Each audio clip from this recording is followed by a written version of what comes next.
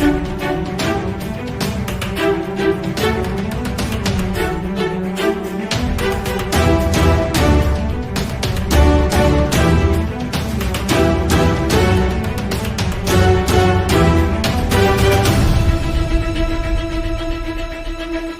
देख रहे हैं डीसीपी न्यूज। नमस्कार, YouTube मंच पर आपका स्वागत है। जैसा कि आप देख रहे हैं, अभी हम लोग जनपद हरदोई के तहसील संडीला में मौजूद हैं, जहां मैं आज आपको एक ऐसी शख्सियत, एक ऐसी पर्सनालिटी, एक ऐसे व्यक्ति से मिलाने जा रहा हूं जो किसी परिचय का मोहताज नहीं है। आज मैं आपको AIMIM के नेता रफीक लंबू साहब से मिलवाना चाहता हूं और उनसे भी ये भी जानना चाहता हूं कि आज के दौर में इलेक्शन की क्या प्लानिंग है। मैं आपको एक ऐसे शख्सियत से मिलना चाहता हूं जो किसान यूनियन सावित्री गुट के जिला अध्यक्ष भी हैं हरदोई जिला के। उसके अलावा AIMIM के पूर्व प्रत्याशी 161 विधानसभा संडीला, AIMIM के हरदोई जिला महासचिव भी हैं और ये स्वर्ण चेतना सभा हरदोई के अल्पसंख्यक आयोग के भी एक जाने माने नेता हैं। तो आइए मिलते हैं रफीक लंबू साहब से और जानते हैं उनसे उनकी दिल की बात। नेता जी, आप अपना एक संक्षिप्त परिचय हमारे दर्शकों को दीजिए। नमस्कार, आपका बहुत बहुत धन्यवाद। मैं मोहम्मद रफीक और रफीक लंबू, मैं भारतीय किसान यूनियन सावित्री का जिला अध्यक्ष हरदोई और MIM से पूर्व प्रत्याशी रहे 161 विधानसभा संडीला और स्वर्ण चेतना सभा के भी अल्पसंख्यक जिला अध्यक्ष हैं और इस टाइम अपनी पार्टी MIM के जो है हम जिला महासचिव हैं। आप मानवाधिकार से क्या पसंद? जी, मानवाधिकार के भी जो है मंडल प्रभारी। रफीक साहब, आप इससे पहले विधानसभा का चुनाव लड़ चुके हैं, उसका रिजल्ट क्या रहा? उसका रिजल्ट कुछ रहा हो, लेकिन आने वाला जो रिजल्ट होगा अब 24 में वो MIM का ही होगा। आपने AIMIM पार्टी को ज्वाइन किया है, इसको ज्वाइन करने के पीछे आपका मकसद क्या है?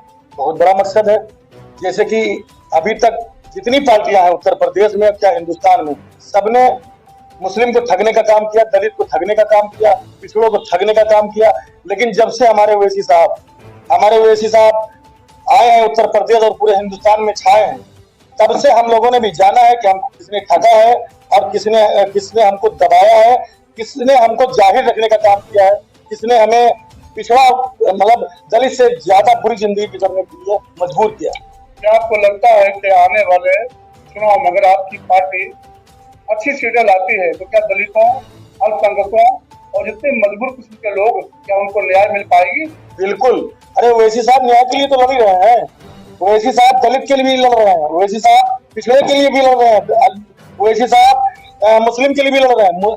ओवैसी साहब की जो MIM पार्टी है वो किसी एक धर्म की पार्टी नहीं है, वो पूरे हिंदुस्तान की पार्टी है, सब जातीय पार्टी।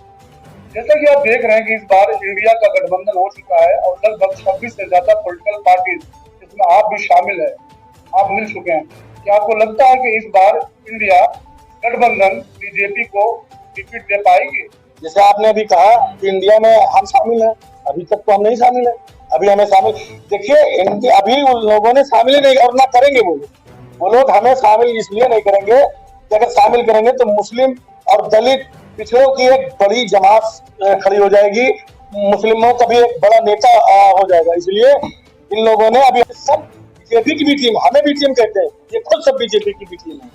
जैसा कि अभी मैंने सुना था कि बिहार के मुख्यमंत्री नीतीश कुमार जी और आपके ओवैसी साहब के बीच इस गठबंधन को लेकर एक मीटिंग हुई थी, क्या ये बात सच है? अरे कहीं आप कहीं एक फोटो दिखा दीजिए कि अगर कुछ मीटिंग हुई हो। हम तो चाहते हैं कि हमसे मीटिंग करें, हमारे नेता चाहते हैं कि हमसे मीटिंग करें, लेकिन ये लोग हमसे इसलिए मीटिंग नहीं करना चाहते हैं कि अगर इनसे मीटिंग करेंगे तो ये नेता हो जाएंगे और ये नेता हो जाएंगे। अच्छा, बिहार में जिसे नितिन जी से पूछिए आपको 1% है और हम 18% है, हमें मुख्यमंत्री बनाने के लिए क्यों नहीं राजी? इसलिए नहीं राजी है, मुसलमानों का केवल वोट चाहिए, मुसलमानों से दरी बिछाना है, मुसलमानों से चाय बनाना है, लेकिन उनको कोई पद पे नहीं रखना है। क्या आपको लगता है कि अगर सपोर्ट कर लिया जाए तो ओवैसी साहब को इंडिया गठबंधन में शामिल कर लिया जाए, तो आपको इस गठबंधन से कितने सीट की उम्मीद है? देखिए, अगर हमें गठबंधन में वो शामिल करते हैं तो हमारे नेता से बात करें। हमारे नेता जो सीट पे राजी होते हैं, अरे भाई बात करिए। अगर आप चाहते हो मोदी जी को हराना, आप मोदी जी को हराना नहीं चाहते हो, इसलिए नहीं हराना चाहते हो कि भाई आपके काम चल रहा है, और हमको बी टीम आप बताते हो, खुद बी टीम हो। जबकि हमें गठबंधन में इसलिए नहीं लिया जा रहा है कि ये बड़े नेता हो जाएंगे। ओवैसी साहब जो है उत्तर प्रदेश में और बिहार में बड़े बड़े नेता, मुस्लिम नेता हो जाएंगे, इसलिए वो नहीं चाह रहे गठबंधन में ले। अगर हमें लेंगे गठबंधन में तो हमें भी सीट चाहिए। यही सवाल मैं आपसे पूछ रहा हूँ कि अगर आपको इंडिया इस गठबंधन में ले लिया जाए, तो आप इस गठबंधन से उत्तर प्रदेश में कितनी सीट डिमांड करेंगे? ये तो हमारे प्रदेश अध्यक्ष, एक आशंका बताइए। नहीं, प्रदेश अध्यक्ष हमारे शौकत साहब और हमारे राष्ट्रीय अध्यक्ष ओवैसी साहब ये तय करेंगे कि इस तरीके से कितनी सीट उनको चाहिए। ये हम नहीं तय करेंगे, हम तो एक छोटे कार्यकर्ता हैं, हम एमआईएम के एक छोटे से सिपाही हैं। ये हमारे वरिष्ठ नेता तय करेंगे। नेता जी, ये बताइए कि आपकी जो पार्टी है AIMIM पार्टी को बीजेपी की एक बी टीम कही जाती है, ऐसा लोगों का मतलब आरोप है आपके ऊपर। आप इसके बारे में क्या कहना चाहते हैं? हम ये कहना चाहते हैं, जो लोग हमें बी टीम कहते हैं उनसे ये पूछिए, जब बीजेपी पैदा नहीं हुई थी तब से मेरी पार्टी है। मेरी पार्टी सन 47 से पहले की पार्टी है, मतलब सन 47 के बाद की ही पार्टी है, मतलब। और बीजेपी तब पैदा नहीं हुई थी जबकि हमारी पार्टी है, और हमें बी टीम कहते हैं। कांग्रेस से जब हमारी बीजेपी नहीं थी तब कांग्रेस से केवल हम लड़ते थे, हमारे नेता लड़ते थे, हमारी पार्टी लड़ती थी। तो हमको बी टीम कहने वाले ये लोग होते कौन? प्रत्यक्ष रूप से तो आप एक ऐसी पार्टी के नेता हो, दुनिया देख रही है, लेकिन इनडायरेक्टली लोग ऐसा कहते हैं कि आप एक तरह से बीजेपी को ही हेल्प कर रहे हो, मुस्लिम वोट को काट कर। नहीं, अगर उनको लग रहा है कि हम मुस्लिम वोट काट रहे हैं तो हमें गठबंधन में ले। हमें गठबंधन में क्यों नहीं ले? उनको ये मालूम है कि गठबंधन में लेंगे तो ये सीटें मांगेंगे, और जब सीट हम मांगेंगे तो हम बराबरी का हिस्सा मांगेंगे। हम चाहेंगे कि हमारा जो मुस्लिम परेशान है, जहाँ मुस्लिम एरिया में स्कूल नहीं वहाँ स्कूल खोले जाए, जहाँ अस्पताल नहीं वहाँ अस्पताल खोले जाए। लेकिन ये खोलते क्या है? वहाँ पुलिस स्टेशन खोलते हैं, अस्पताल नहीं खोलते। और ये चाहते हैं कि अगर इनको गठबंधन में लेंगे तो ये पुलिस स्टेशन बाद में कहेंगे, पहले कहेंगे अस्पताल लाओ, स्कूल लाओ, इसलिए हमको ये शामिल नहीं करेंगे। जाहिर सी बात है, अगर आप इंडिया ऐसे गठबंधन में आएंगे, पूरे देश में आपको तो अपनी सीट चाहिए अपनी पार्टी के लिए। बिल्कुल। और हर गठबंधन की टीम को सबको चाहे जितने घटक दल सब लेंगे, जाहिर सी बात आप भी लेंगे। जब लोग और पॉलिटिकल पार्टी को ये लोग देना चाहते हैं, तो आपको देना क्यों चाहेंगे? और इन सब पार्टियों से पूछिए कि जैसे नारा देते हैं कि जिसकी जितनी संख्या भारी उसकी उतनी हिस्सेदारी, तो हमको केवल हमारी संख्या के हिसाब से हमको सीटें दे दें, हमें ज्यादा नहीं चाहिए। हमारी जितनी संख्या है उस हिसाब से हमें दे दें। अगर देने के लिए तैयार है तो हम भी गठबंधन में तैयार हो, नहीं तो ओवैसी साहब ने बता दिया है कि हम तीसरा मोर्चा बनाएंगे। तीसरा मोर्चा बनेगा, फिर जब ये हारेंगे चुनाव तब बताएंगे कि जो है ओवैसी साहब ने हरा दिया, एमआईएम ने हरा दिया। अरे पहले से हमें लो ना, फिर आप पर इल्जाम लगाया जाता, लेकिन हमें लिया भी नहीं जाता, हम पे इल्जाम भी लगाया जाता है। एक बात हमारे समझ में ये नहीं आती है कि इंडिया जैसी अलायंस पार्टियां आपको अपने, वो इसीलिए नहीं चाह रही, वो चाह ही नहीं रहे कि मुसलमान को बराबर में बैठाला जाए। मुसलमानों की हिस्सेदारी नहीं होनी चाहिए, इनको बराबर ना बैठाला जाए। जबकि आपकी पार्टी में हर धर्म के लोग हैं, हर धर्म के। हमारी पार्टी में आपको ठाकुर भी मिलेंगे, दलित भी मिलेंगे, पंडित भी मिलेंगे। पंडित मनमोहन दामा जी है हमारे वहाँ, देखिए कितना अच्छा बोलते हैं। कभी क्या कोई वो हुआ? कभी वो जो पोस्ट डालते हैं उसमें हम लोग भी जय श्री राम लिखते हैं, लेकिन किसी के दबाव में हम लोग जय श्री राम बोलने वाले नहीं है। किसी का औकात नहीं कि हमसे बुलवाओ। साहब बातें की बात सुना है, उन्होंने कभी खुलकर ये तो नहीं कहा कि हम उससे भागीदारी मांगते हैं। वो ये चाहते हैं कि जो दबे कुचले लोग हैं, जो गरीब तबके के लोग हैं, जो अल्पसंख्यक है, उनको उसकी हिस्सेदारी मिलनी चाहिए। यही बात तो आप जो है अपने चैनल पे भी कहिए, और ये बात आपने बहुत अच्छी कही है। मीडिया वालों की थोड़ी आप लोगों की भी गलती है कि ये बात आप नहीं कहते, केवल आप ये कहते कि मुसलमानों की बात करते हैं। अरे भाई, हम मुसलमानों की बात नहीं करते, हम अपने पूरे हिंदुस्तान में जितने लोग रहते हैं सबकी बात करते हैं। हम दलित, पिछड़ा, जो मतलब जाते हैं सबकी बात करते हैं। हम चाहते हैं कि सब बराबर में रहते, सब बराबर में रहे, ऊंच नीच खत्म हो, ये चाहते हैं वैसे साहब। 2022 में जब विधानसभा का चुनाव हुआ था, तो आपने देखा होगा जो मुस्लिम इलाके हैं वहाँ आपकी पार्टी को बहुत अच्छे रेशियो में वोट मिला था। लोगों का ये भी आरोप है कि आपने उनके वोट को काट दिया, जिससे बीजेपी सत्ता में दोबारा काबिज। आप इस बारे में क्या बोलना चाहते बिल्कुल आपने बात सही कही। देखिए, जहां जहां मुस्लिम बहुमूल्य सीटें थी, वहां ओवैसी साहब ने सब मुस्लिम कैंडिडेटों को, उनका नाम अखिलेश जी ने सब जो है मुस्लिम कैंडिडेटों को दे दिया, जिसलिए ओवैसी न जीते। हमने वोट नहीं काटा, अखिलेश जी ने वोट हमारे काटा, अखिलेश जी ने वोट काटा, हमने नहीं काटा है। क्योंकि जहां जहां हमारी संख्या भारी थी, वहां इन्होंने उसी बिरादरी के जैसे मुसलमान को ही टिकट दे दिया कि ये मुसलमान वैसी पार्टी आगे ना बढ़े। और अल्लाह चाहेगा, अल्लाह चाहेगा उत्तर प्रदेश में नहीं पूरे हिंदुस्तान में असदुद्दीन ओवैसी साहब की पार्टी परचम लहराएगी। रफीक साहब, मुझे ये बताइए कि 2022 के विधानसभा चुनाव में ऐसा देखा गया है कि कम से कम 90 ऐसे सीट थे जहां पर समाजवादी पार्टी के उम्मीदवार 5000 वोट से मतलब आ रहे हैं और वहां आपकी पार्टी को 7 से 9000 वोट मिले। क्या आपको ऐसा नहीं लगता है कि अगर आपका कैंडिडेट अगर वहां पर नहीं खड़ा होता, समाजवादी पार्टी जीत जाती और आज वो सरकार में? तब उनकी अकल नहीं थी, तब उनको अखिलेश जी को तब अकल नहीं थी कि ओवैसी साहब को शामिल कर लिए हैं कि अगर आप चाहते हो बीजेपी को हराना, अकेले आप नहीं हरा पाओगे। अखिलेश जी की हिम्मत ही नहीं है, अखिलेश जी की औकात ही नहीं है जो बीजेपी को हरा ले अकेले। जब तक ओवैसी साहब को नहीं लेंगे, जब तक हमारे मुस्लिम को नहीं लेंगे, हमारे दलित भाई को नहीं लेंगे, हमारे पिछड़ों को नहीं लेंगे, तब तक इनकी औकात नहीं ये हरा लेंगे। रफीक साहब, 2024 का जो लोकसभा चुनाव होने जा रहा है, इस संदर्भ में आपका क्या कहना है?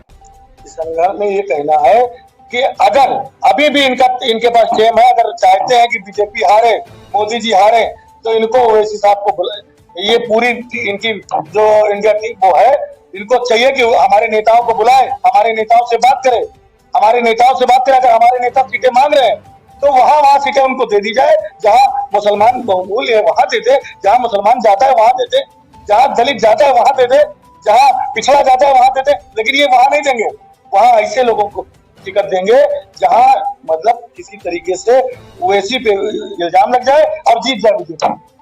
आपका कहने का मतलब यह है कि अगर बीजेपी को हराना है तो आप उम्मीदवारों को ऐसा मतलब बंटवारा किया जाए जिनकी संख्या ज्यादा हो, बस तभी वो जीत सकता है। बिल्कुल बिल्कुल बात आपकी सही। और नहीं तो मतलब कि फिर जीतना संभव नहीं है। हम बता दें कि जो है, अगर वो जैसे जितनी जिसकी संख्या भारी उतनी उसकी हिस्सेदारी, हमको हिस्सेदारी दे दे, बस हमें कुछ और नहीं चाहिए। हम अब चाहते हैं आपके बराबर बैठे, हम 22% और आप 7%, हम पे राज कर रहे हैं, हम पे राज कर रहे हैं। जब हमारी बात आती है तो हमें आप जो है अपने बराबर में बैठने नहीं देते, हमसे आप दरी भी सोचते हैं। अच्छा ये बताइए अखिलेश जी, आप जब से इनकी सरकार गई है, अखिलेश जी एक दिन उन्होंने कभी मुसलमान का नाम लिया हो तो बताइए? वो कहते हैं अल्पसंख्यक, मुसलमान उनको इतना गलता है कि वो मुसलमान नहीं कहते। आने वाला 24 का इलेक्शन इनको याद दिलाएगा कि मुसलमानों ने क्या किया। मुसलमान सब एकजुट होकर अखिलेश जी को और उनकी इंडिया जो गठबंधन है उसको हराने का काम करेगी और ओवैसी साहब को मजबूत करने का काम करेगी। इससे तो बीजेपी को फायदा हो जाएगा। हमें इससे कोई मतलब नहीं किसको क्या फायदा होता है, हमारा तो नुकसान हो रहा है। हमें क्यों नहीं सीट आप दे रहे हो? हमें सीट दीजिए, हम आपके साथ चलने के लिए तैयार है। आप फर्जी बात करते हैं कि बीजेपी को फायदा हो रहा है। अरे बीजेपी को हो, वो बीजेपी हमें लग रहा है कि वो बीजेपी हमारे सामने वो दुश्मन है, तो बीजेपी साबित करती है हम तुम्हारे दुश्मन है। ये तो सब हमारे गले मिलकर हमारे पीठ पे छुरा भोगने का काम करते। आपका कहना दुरुस्त है, लगभग 26 राज्य शामिल और सभी को पूरे हिंदुस्तान में कहीं न कहीं तो अकेले हम ही को नहीं मिलना चाहिए, जहाँ मेजोरिटी उसको मिलनी चाहिए। उत्तर प्रदेश में जैसे कि मान लीजिए अमेठी है, बरेली है, शाहजहांपुर है, मुजफ्फरनगर है, ये कुछ ऐसे मतलब जिले हैं जो मुस्लिम बाहुल इलाका है, यहाँ पर मुस्लिम नेता को खड़ा करना अनिवार्य है। क्या आपको लगता है कि इंडिया गठबंधन में इस बात पर ध्यान देनी चाहिए? बिल्कुल देनी चाहिए। और नहीं देंगे तो बाद में पछताएंगे, नहीं देंगे तो बाद में पछताएंगे और इनके रोया रोया नहीं जाएगा, इनके खून के आंसू ये बहाएंगे।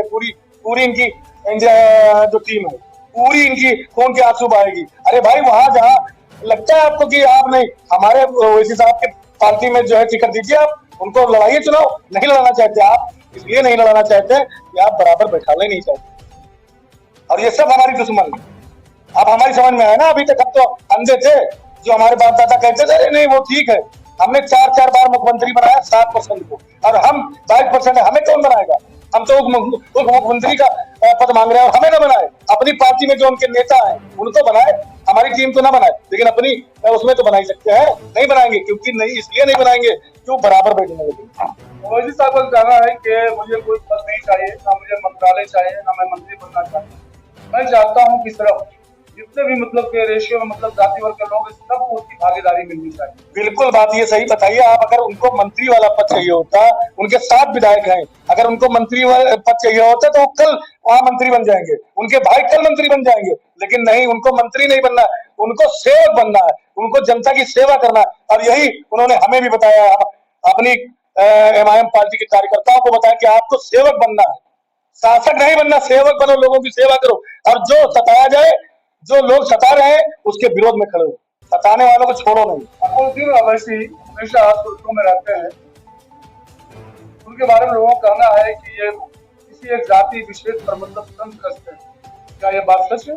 अभी जो है 13 करोड़ रुपए मंदिर में दिलवाए, ये सच नहीं? हर की बात है। हम अगर अपने हक के लिए लड़ने लगे तो बताते ये मुस्लिम को कोरोना काल में जितने मदद की है, जितनी मदद की है, जितने ट्रक रोज निकलते थे, यहाँ संडीले तक, उनके सिलेंडर संडीले तक आए, और अभी उद्घाटन किया है। कुछ नहीं, ऐसा ही नेता चाहिए हमारे हिंदुस्तान को, ऐसा ही नेता चाहिए। नहीं करते, वो सबकी बात करते हैं। आप जाइए 20 रुपए का पर्चा बनवाइए, पूरा इलाज फ्री करो, वहां जाकर आपसे नहीं पूछी जाती आप कौन काट चुके हैं, वो नहीं पूछा जाता है। आप बीमार है, परेशान है, वो पूछा जाता है।